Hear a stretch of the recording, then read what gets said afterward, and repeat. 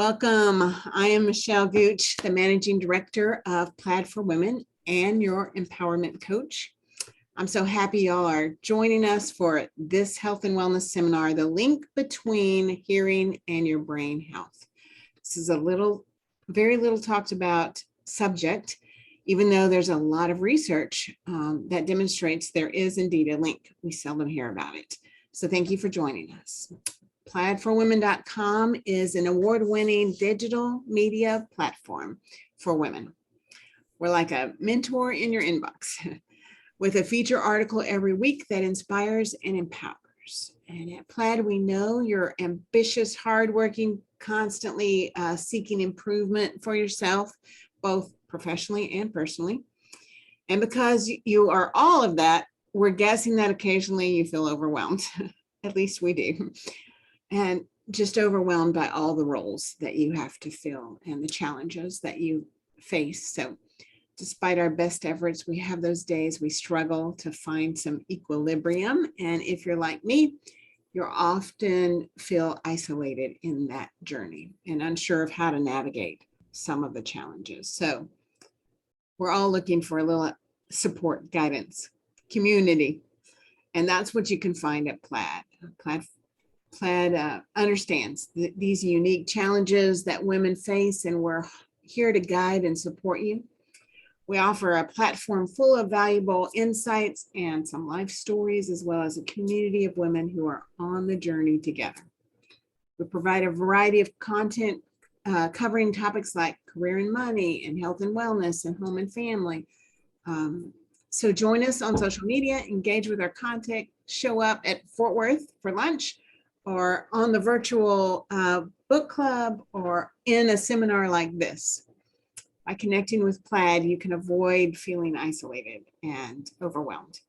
You can gain knowledge, skills, support, all the things you need to navigate your challenges. And with that in mind, today we're excited to have Dr. Kayla Glaser. I'm trying to make sure I say your name right. Yes. Her passion lies in audiology. Because she personally has her own experience with being born with some hearing loss and having hearing aids from the age of 3, I think, right? Yes, that's correct. So she's experienced working with both pediatric and adult populations in private practice, in hospitals, with ENTs. And her ultimate goal is to provide services that incorporate both patient-centered care and the evidence-based practices.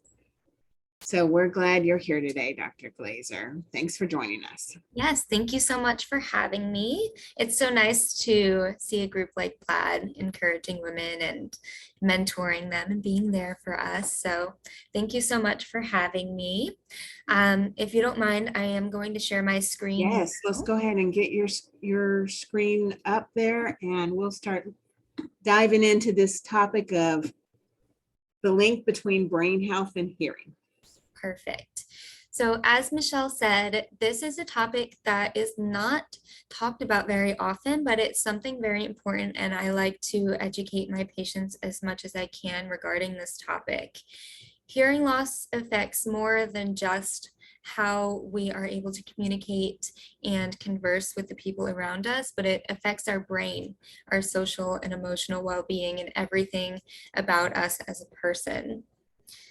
So first, I did want to just introduce myself a little bit. I'm Dr. Glaser. I have a doctorate of audiology, and audiology is a branch of science that studies hearing and balance. So audiologists who have a doctorate of audiology, they treat, evaluate, diagnose, manage patients, children, adults, all ages who have these hearing imbalance disorders.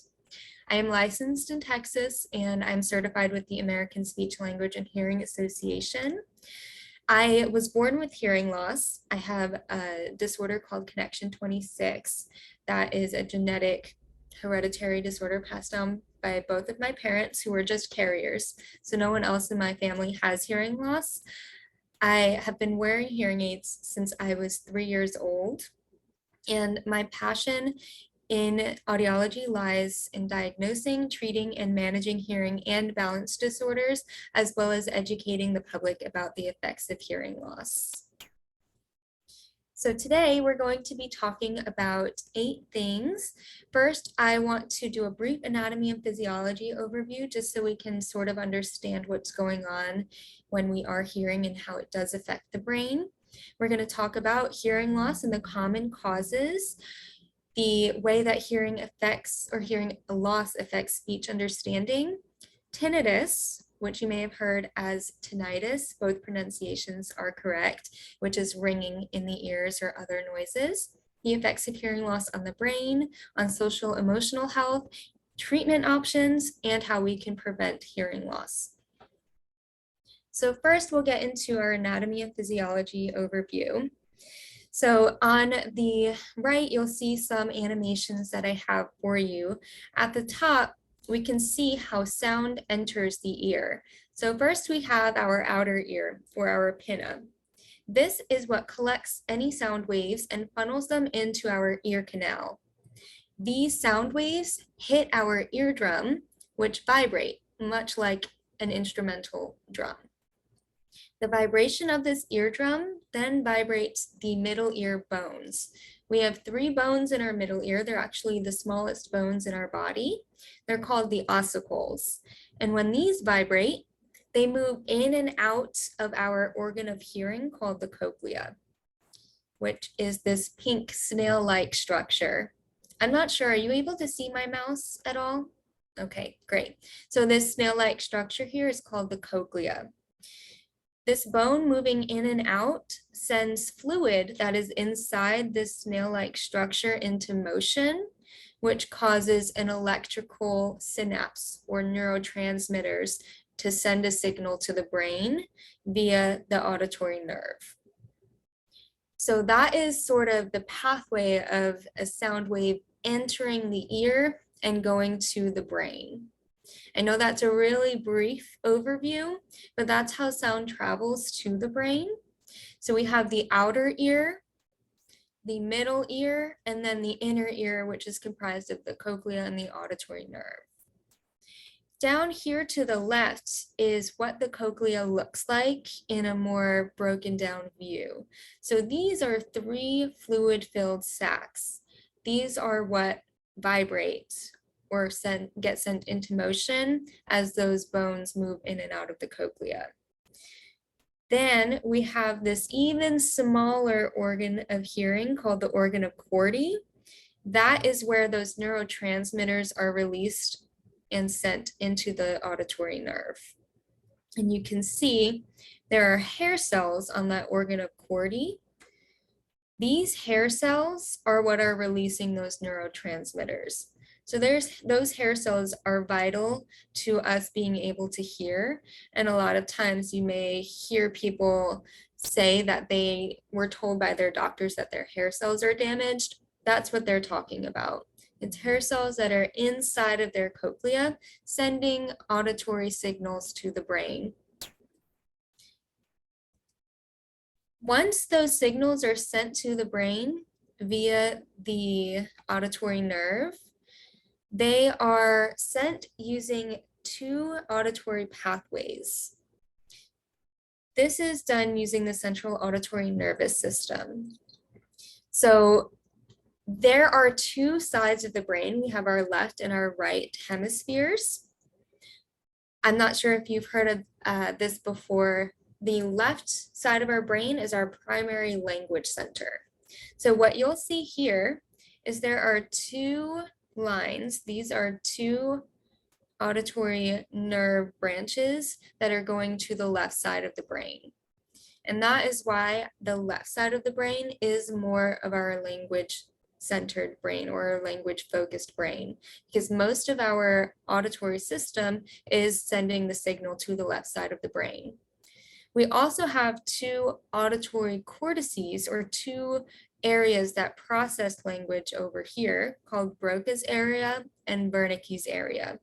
So those 2 auditory cortices receiving the auditory signals, or those sound waves, are processing those even further in the left side of the brain. The signal being sent to the right side is still being processed. It's just not as crucial to the language processing. There are also some visual integration areas in our brain, and this is activated when we are listening to things like the TV, because we're watching and listening at the same time. These areas are also activated in people who sign. So people who are deaf, they still get some activation in these auditory areas because they're still processing language, just in a different way, visually. So you'll see that when we do brain scans, there's auditory visual processing areas being activated in this left side of the brain. So that's the brief anatomy and physiology. It is very broken down and very vague, but it's really hard for me to fit a lot more in a short session. So if you have further questions afterwards, I'll give you my email and you can feel free to email me with more questions regarding that. So now I want to go into hearing loss. There are three main types of hearing loss. So first is called sensory neural hearing loss, and this occurs when the inner ear, which is the cochlea or the auditory nerve, is affected. So things that may cause sensory neural hearing loss include aging. So over time, wear or tear of those areas can cause sensory neural hearing loss. Hazardous noise exposure. This can include going to really loud concerts. It can include using loud construction equipment, mowing the lawn. Anything that is loud, even going to a church. Gail and I were talking about this before we started recording. These loud rooms that don't have great acoustics, where everything is echoing and you're playing really loud music, that can be hazardous noise exposure as well. Viruses, even a cold, COVID we're seeing, can cause sensory neural hearing loss. Different inner ear diseases such as Meniere's disease, and different ototoxic medications. Ototoxic meaning it's toxic to the ear. There's also conductive hearing loss, and this occurs when there's a lesion to the outer and middle ear. This may be temporary, where sensory neural hearing loss is usually permanent. So conductive hearing loss may be caused by a middle ear infection or wax impaction. Those can be resolved with medication, removing the wax, things like that. So that hearing loss can go back to the way it was before. However, sensory neural hearing loss can't usually be reversed depending on the cause. Then we have mixed hearing loss, which is a combination of the two. You can have sensory neural and conductive hearing loss at the same time. So examples of this could be an age-related hearing loss with a middle ear infection at the same time. Once that middle ear infection is resolved, then you just had the age-related hearing loss. Another example is if you have a noise-induced hearing loss and then cerumen impaction or wax impaction. Once that wax is removed, we don't have the conductive hearing loss anymore. Now we're left with the sensory neural hearing loss. So those are the three types of hearing loss that occur and their common causes. When we are identifying hearing loss, we identify them in degrees of severity. A lot of people will say that they have 50% hearing loss, 70% hearing loss.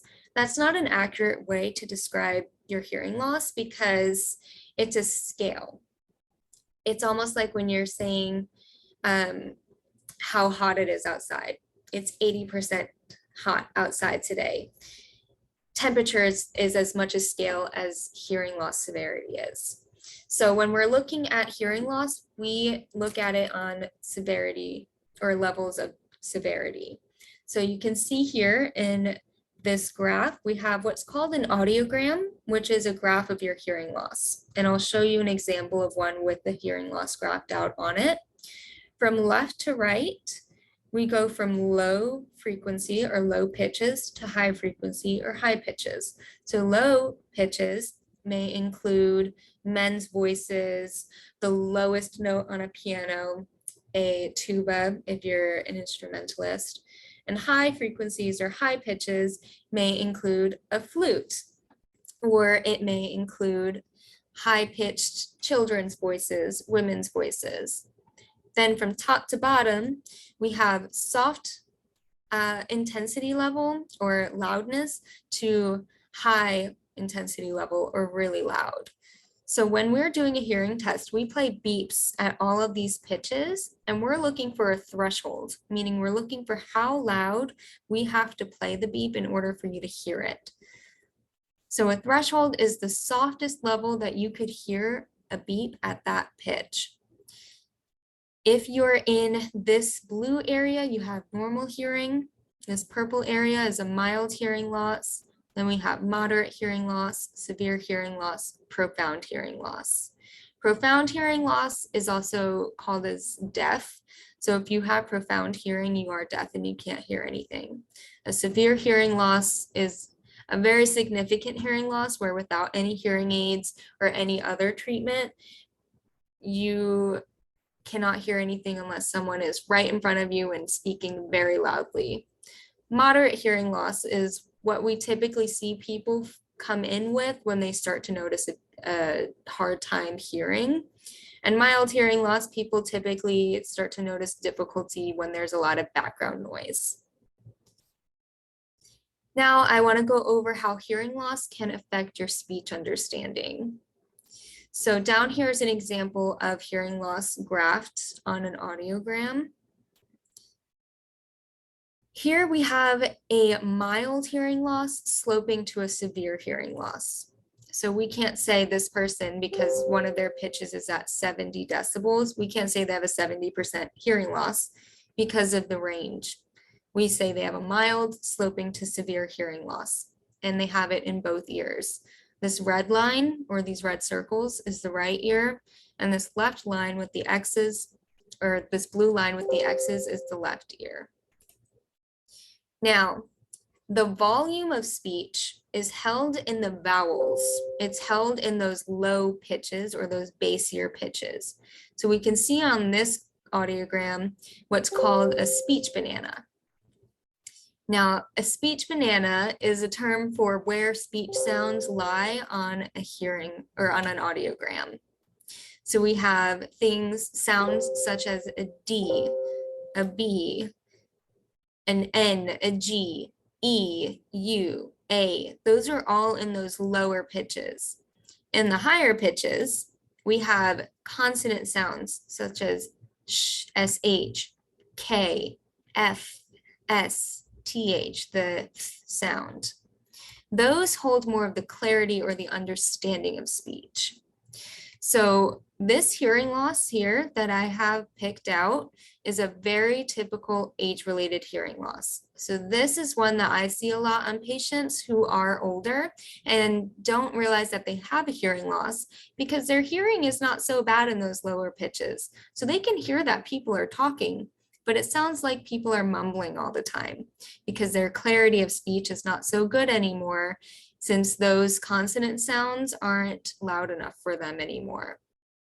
So this is a very common age-related hearing loss where people are having a hard time understanding what's being said.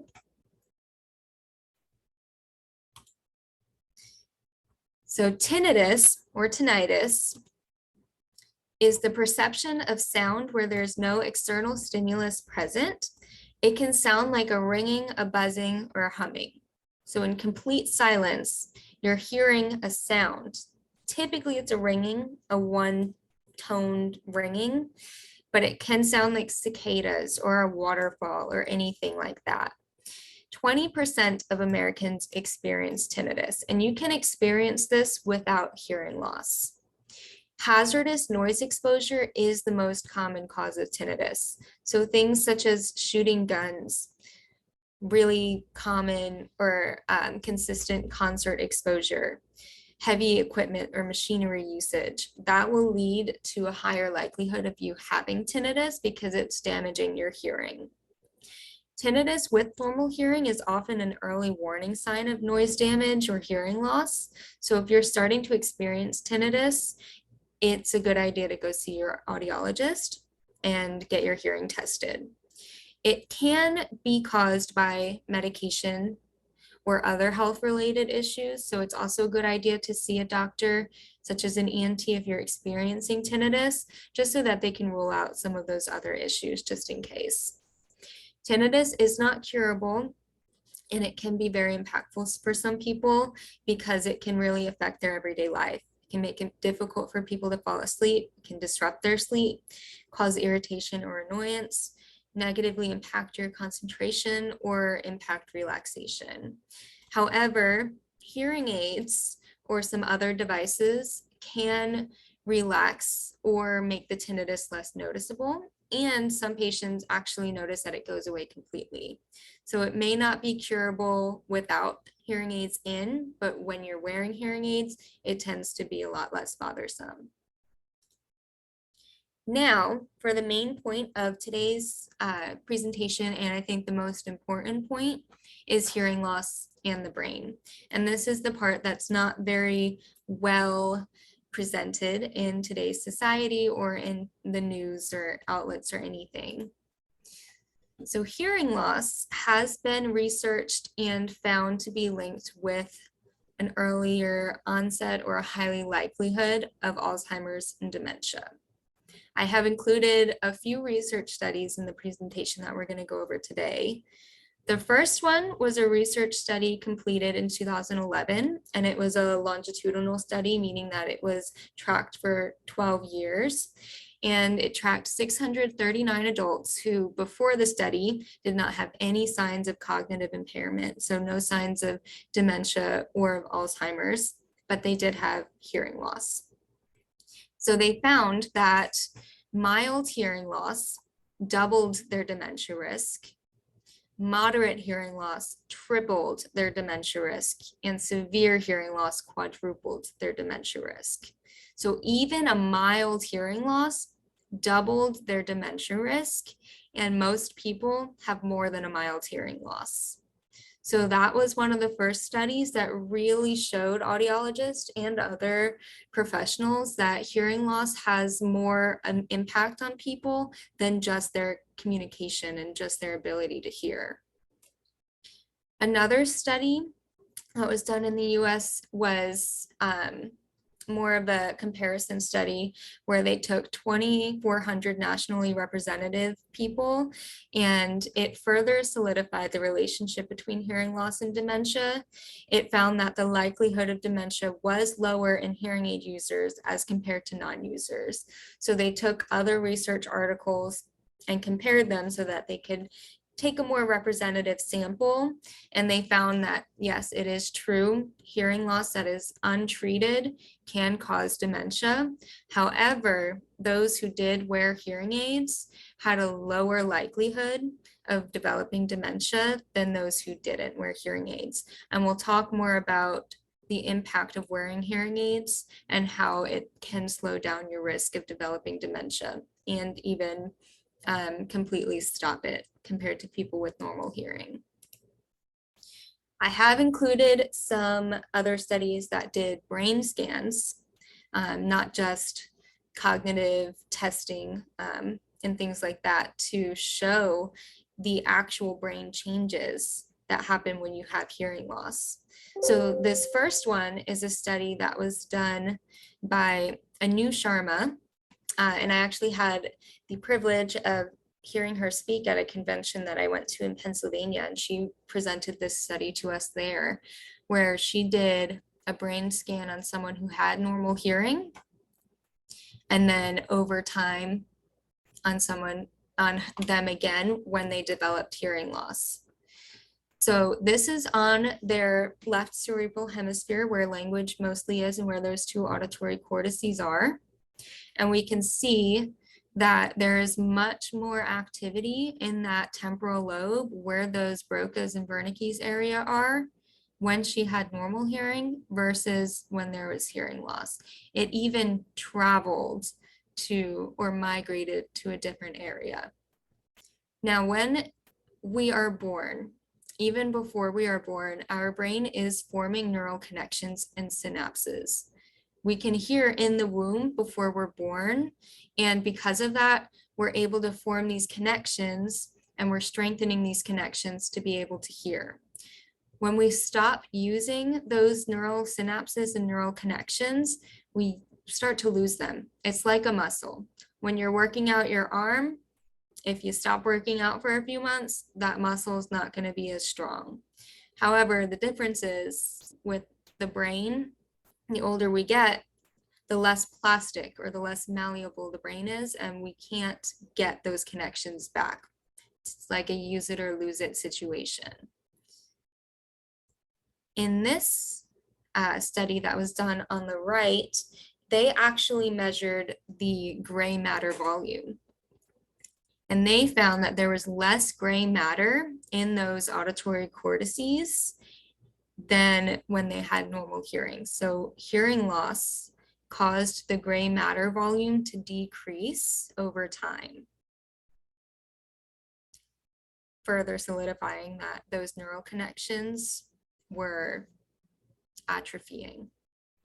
And again, that's something that as we get older, our brain is less plastic and we're not able to get those back. Here is another scan down here. Now I do want to clarify that these are both the same side of the brain. They're just so you can compare them, they are flipped. So you can see them side by side. These are both the left side of the brain. You can see how much more activity there is when there's normal hearing versus hearing loss.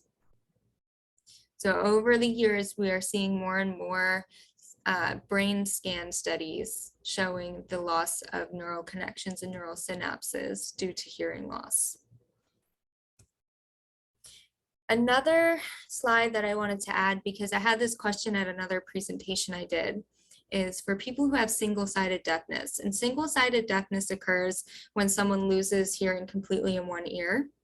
And this can happen if they get a virus that completely takes out one side, or if they're born with one ear not hearing.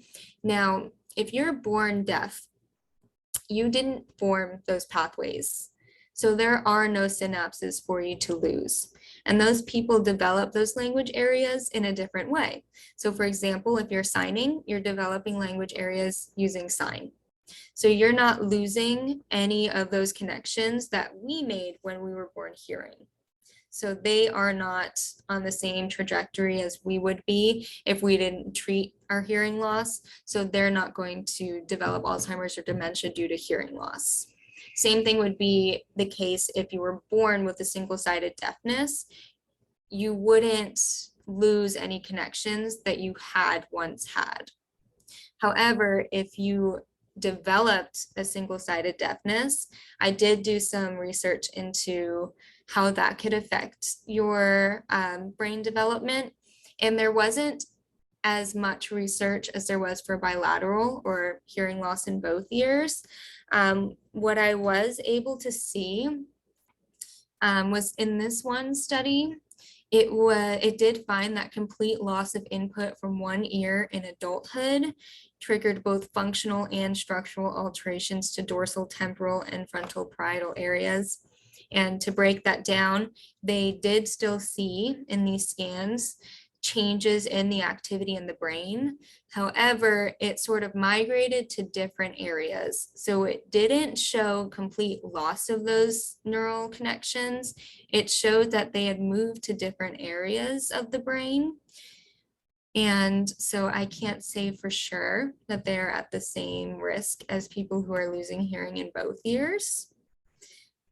What I also did find on a study that was done on children who had unilateral hearing loss, they divided them into 3 groups where they did one group with no amplification, one group with a digital hearing aid, which is a regular hearing aid in today's modern world, and then one group with bone anchored hearing aids. Those are surgically implanted into our skull, and then we hear through vibrations. They found that in silence, so with no background noise, their working memory was not significantly improved, but in noise, their working memory was significantly improved. So this sort of shows that we still have to treat the single-sided deafness, and we will still see improvement in their cognitive ability and their cognitive workload if we're treating that unilateral deafness.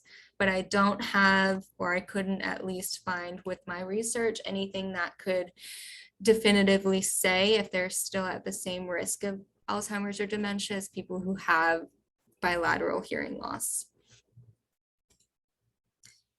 Now, I am going to still talk more about the brain towards the end of the presentation, but I also wanted to touch on how hearing loss affects us as a whole. So how it affects social and emotional health, which is also important. I did a few, or I looked at a few research studies on this, and I found that in one study where they took surveys from people who have hearing loss, that they found that it impacted their quality of life emotionally, behaviorally, and cognitively. It can lead to loneliness, feelings of isolation or frustration, depression, anxiety, and embarrassment. And it can cause people to withdraw.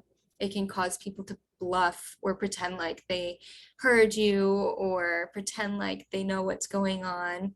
It can decrease self-esteem, make it difficult to focus, make them confused. It also really does fatigue people out a lot quicker than if you don't have hearing loss, because of how much more cognitive load has to go into paying attention to what's being said and trying harder to understand what's going on.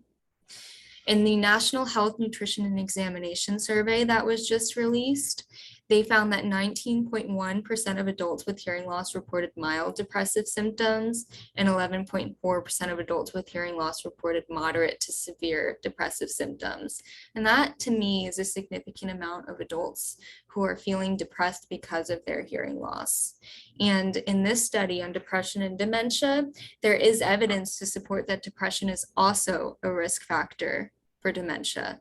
So if you combine your risks for dementia with hearing loss on top of the risk for dementia because you're depressed and you're isolating yourself from social situations, so you're not socializing as much, hearing loss really takes a toll on your social and emotional health if you can't find a professional who can help manage and treat you in the ways that meet your goals and are able to keep your brain healthy and active.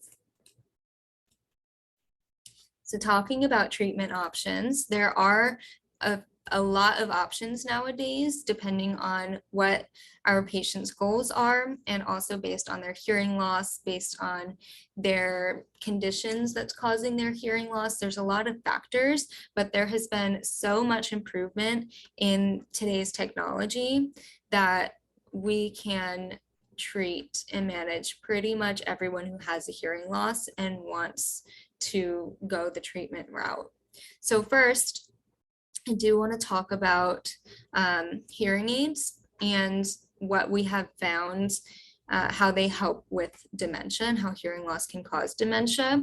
There was actually just a recent breakthrough in the Johns Hopkins Achieve study, which focuses on hearing loss in adults. They found that hearing intervention slowed down loss of thinking and memory abilities by 48% over 3 years. It's almost 50% just by wearing hearing aids. Just by doing hearing intervention, they were able to really slow down loss of thinking and memory abilities, which is crucial in cognitive impairment and making sure that our brain is staying healthy and working. In another 25-year study, they found that the rate of dementia was the same in hearing aid users as it was in those with normal hearing. So these two studies show that treating hearing loss is so important in maintaining our brain health when it comes to our auditory and language areas of the brain, so that we can help in preventing Alzheimer's and dementia related to hearing loss. So if you look at the right here, these are just a few different hearing aid models that we have.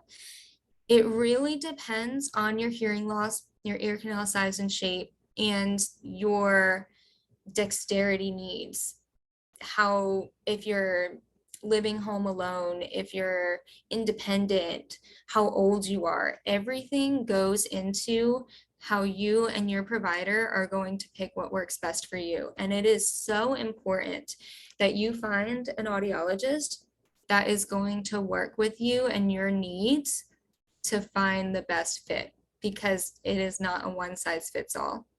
It is so important that you guys are collaborative and making sure that you can settle on needs that are evidence-based practice, but also that suit what you want for your hearing and healthcare goals.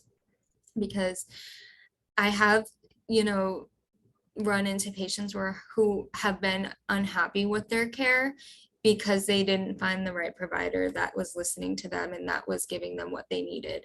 I have had audiologists in my 20 plus years of wearing hearing aids that I wasn't happy with. So I just don't want anyone to get discouraged and let one bad experience, if you have any, run you away from hearing aids, because it's not about experience. It's all about finding the right fit for you. And I think that goes the same with all healthcare areas, no matter what kind of doctor you're going to. So I just want people to understand that you just have to find the right person for you, because hearing aids are not that bad. And just remember, it doesn't make you look old. Nowadays, you barely can see them. I'm 25 and I'm wearing hearing aids. I've been wearing them. I wear bright pink ones too. So I like to show mine off. You can get fun colors or you can get ones that match you. You can do whatever you feel comfortable with. There are so many options out there.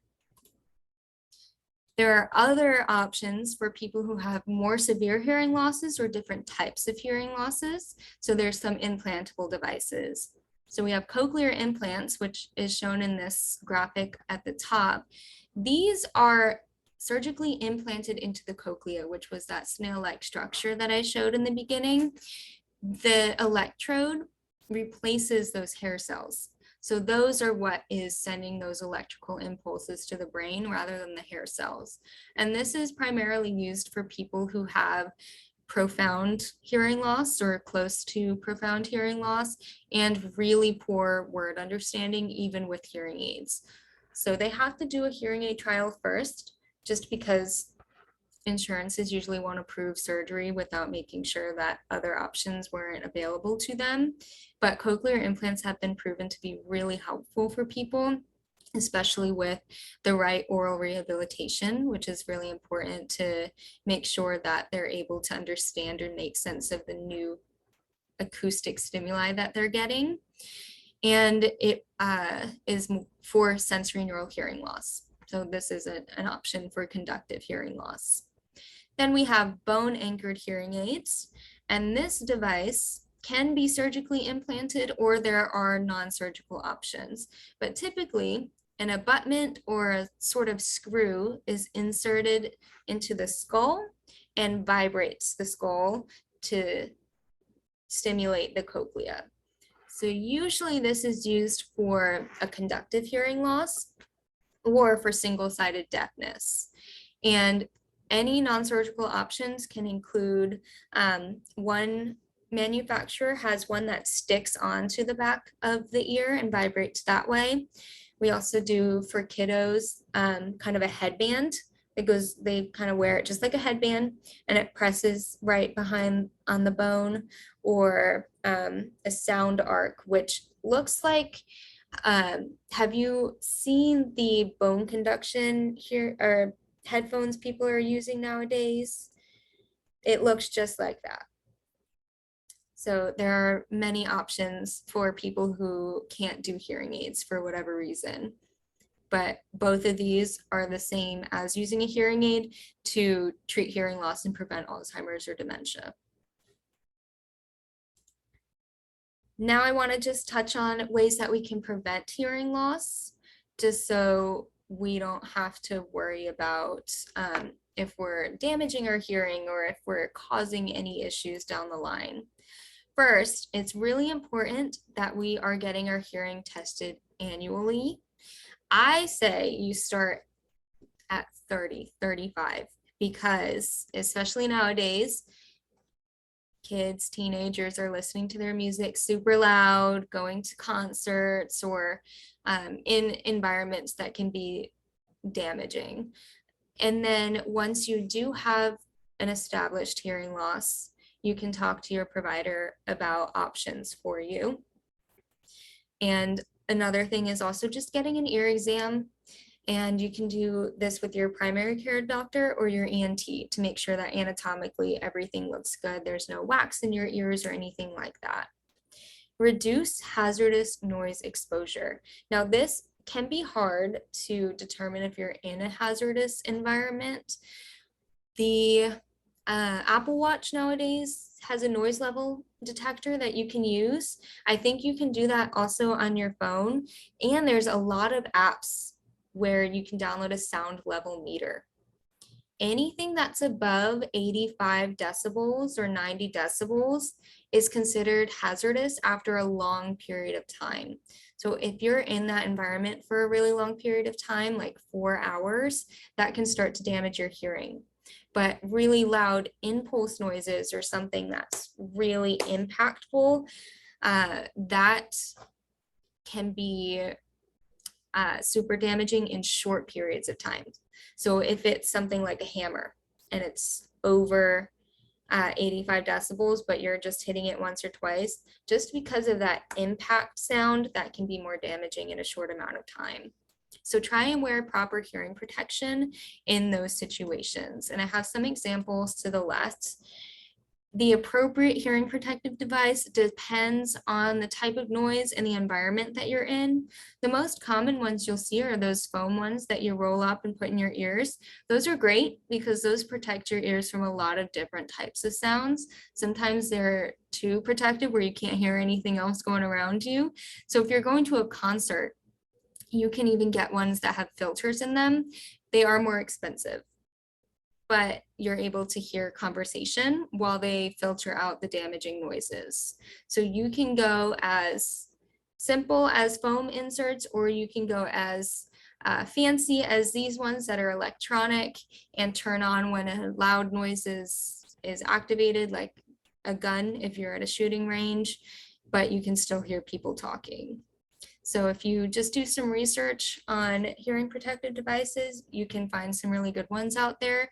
If you have a specific question on what may be a good fit for you, you can email me and I would be happy to answer that. There are some risk factors when it comes to hearing loss that we can't always control, one of them being genetic predisposition. Hearing loss can be hereditary. If your parents all had hearing loss, you may have hearing loss, or it could have just been age related. Age does come with hearing loss. That is something that we can't always prevent. Ototoxic medications. These can include chemotherapy medications. High doses of aspirin actually can cause hearing loss, but usually that one's reversible. That one usually causes more tinnitus than hearing loss.